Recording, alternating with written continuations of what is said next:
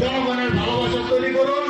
জনাব ভারপ্রাপ্ত চেয়ারম্যান জনাব তারেক রহমান যে একত্রিত পাঠিয়েছে সেই লক্ষ্যে আপনারা মাঠে নেমে যান। এই হলো আপনাদের দায়িত্ব। সবার সুস্বাস্থ্য দীর্ঘায়ু কামনা করে আমার বক্তব্য এখনই শেষ করছি। খোদা হাফেজ। বাংলাদেশ জিন্দাবাদ। বাংলাদেশ জাতীয়তাবাদী দল বিএনপি জিন্দাবাদ। শহীদ রাষ্ট্রপতি জিয়াউর রহমান অমর হোক। দেশনেত্রী বেগম খালেদা জিয়া দীর্ঘজীবী হোক। তারুণ্যের অহংকার তারেক রহমান দীর্ঘজীবী হোক। বীর মুক্তিযোদ্ধা কাজী মনিরুজ্জামান মনির সাহেব আল্লাহ পাক যেন ওনাকে নেক হায়াতে তাজ করে ওনার নেক মাকসুদ পুরা করে ওনাকে সংসদ সদস্য নির্বাচিত করুন। জিয়া পরিষদ জিন্দাবাদ। আসসালামু আলাইকুম।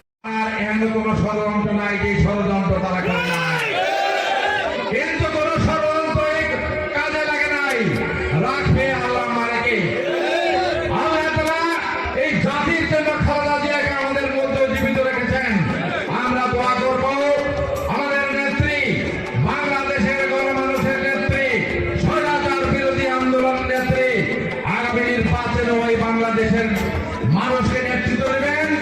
জাতীয়তাবাদী দলের নেতৃত্ব দিয়ে আগামীতে বাংলাদেশের জাতীয়তাবাদী দলকে বিজয়ী করে আবার এই বাংলাদেশের জাতীয়তাবাদী দলের সরকার গঠনে ভূমিকা রাখবেন।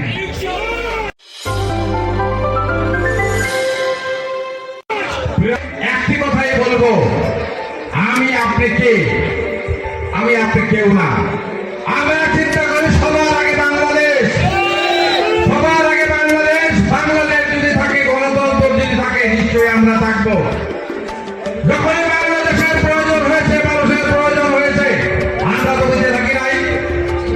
আমি একজন মুক্তিযোদ্ধা হিসাবে এই দেশের স্বাধীনতার জন্য লড়াই করেছি, গণতন্ত্রের জন্য লড়াই করেছি। আমি যখন ছাত্র ছিলাম, বিশ্ববিদ্যালয়ে লেখাপড়া করি, বিশ্ববিদ্যালয়ে আমি প্রার্থী হিসাবে সেই সময় নির্বাচন করেছিলাম। শেখ মুজিবের সেই কুসংস্কার শেখ বিশ্ববিদ্যালয়ে সে চিন্তাই করে নিয়েছে। আমাকে উঠিয়ে এনে আমাকে হত্যা করার জন্য সে পদক্ষেপ নিয়েছিল। আল্লাহ তাআলা একই কথা আবার আমি বলবো, আমার ভোটের বাক্স উঠিয়ে নিয়েছে, কিন্তু আমি তো আজকে